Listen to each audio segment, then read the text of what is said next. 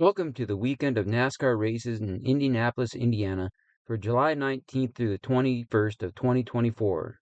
This weekend we are at the Indianapolis Motor Speedway with the 30th Anniversary Cup Series Brickyard 400 presented by PPG. We also have the Xfinity Series Pennzoil 250. Also in town, but at Lucas Oil Raceway Park or Indianapolis Raceway Park, whatever you prefer to call it, we will see the ARCA Circle City 200 and the Craftsman Truck Series T-Sports 200. In the past, I have enjoyed these races the most. It is cool to see the regular track used once again this year in the Brickyard 400. Last week, NASCAR was at Pocono Raceway with the Cup, Xfinity, and Truck Series. In the Truck Series at Pocono, Corey Heim got his 5th win of the season, followed by Grant Enfinger in 2nd and Christian Eckes in 3rd. In the Xfinity race at Pocono, Cole Custer, who is leading the regular season standings, got his 1st win of the season. Justin Allgaier 2nd, and Cup driver William Byron in 3rd. In the final race of the weekend, Ryan Blaney picked up his 2nd win of the season in the Cup race. Denny Hamlin in 2nd, and Alex Bowman followed up his Chicago win with a 3rd-place finish. Overall, it was a fun weekend at Pocono Raceway in Long Pond, Pennsylvania. The schedule of events for the weekend in Indianapolis, Indiana starts with practice for the Xfinity Series at 1:05 p.m. Eastern. That'll be available on the NBC Sports app. At 1:30 p.m. Eastern is the ARCA Menard Series practice at IRP, followed by the ARCA Menard Series qualifying at 2:30 p.m. Eastern Time. No online or TV coverage for those events. At 2:35 p.m. Eastern Time is the Cup Series practice on the NBC Sports app. At 3:30 p.m. Eastern is the Truck Series practice at IRP, followed by the Truck Series qualifying at 4:05 p.m. Eastern Time. Those events are on FS1. At 5:30 p.m. Eastern Time is the ARCA Menards Circle City 200 at IRP, followed by the Craftsman Series T-Sports 200 at 8:30 p.m. Eastern Time. All those events are on FS1. Saturday, July 20th events start at 12:05 p.m. Eastern with Xfinity qualifying. Cup Series qualifying is at 1:05 p.m. Eastern Time. The final event of the day is at 3:30 p.m. Eastern Time with the Xfinity Series Pennzoil 250. All events for the day are on the USA Network.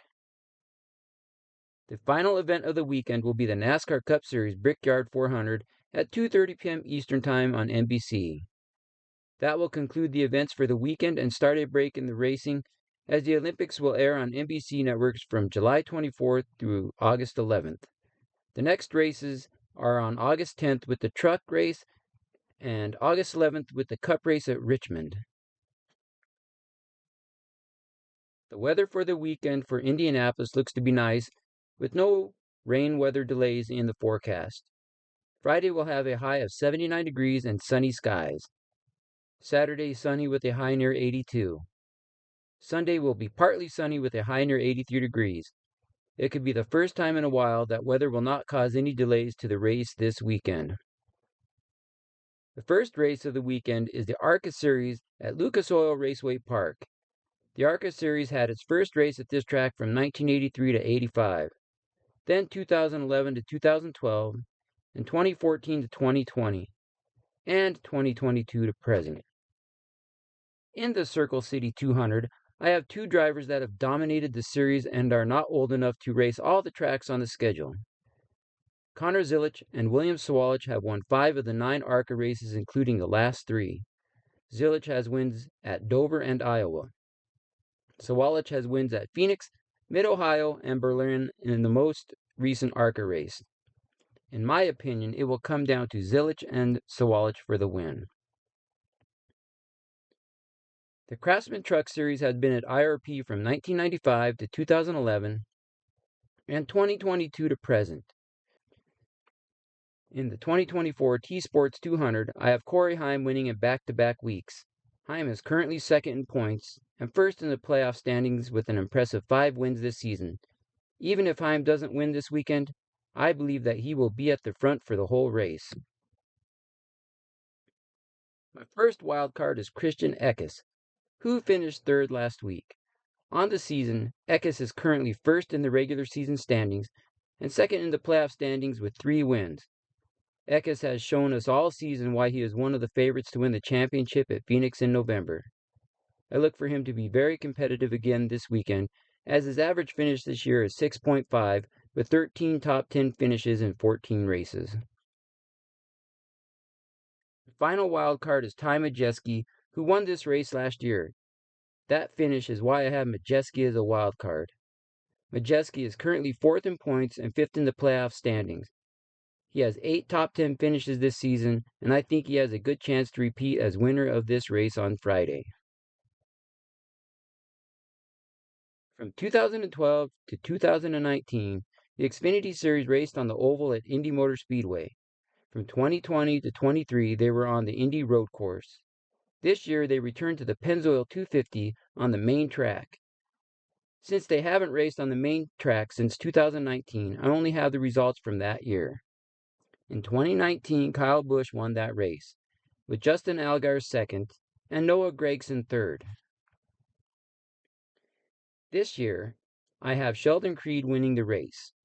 On the season, Creed is 8th in points and 11th in the playoff points. There are 6 races left until the playoffs, and I think Creed can win one and get the auto entry into the playoffs. In 2 of the last 4 races, Creed finished 4th at Pocono and 2nd at New Hampshire.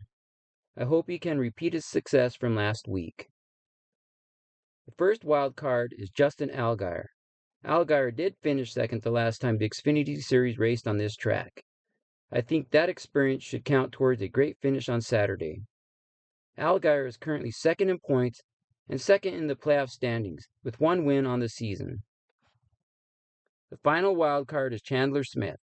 Smith raced well early on in the season on similar-sized tracks. Smith finished 5th at Daytona and 2nd at Atlanta. Smith is currently 3rd in points and 2nd in the playoff standings with 2 wins. I think he will be competitive on Saturday and contend for the win. On Sunday, NASCAR is celebrating the 30th anniversary of the Brickyard 400.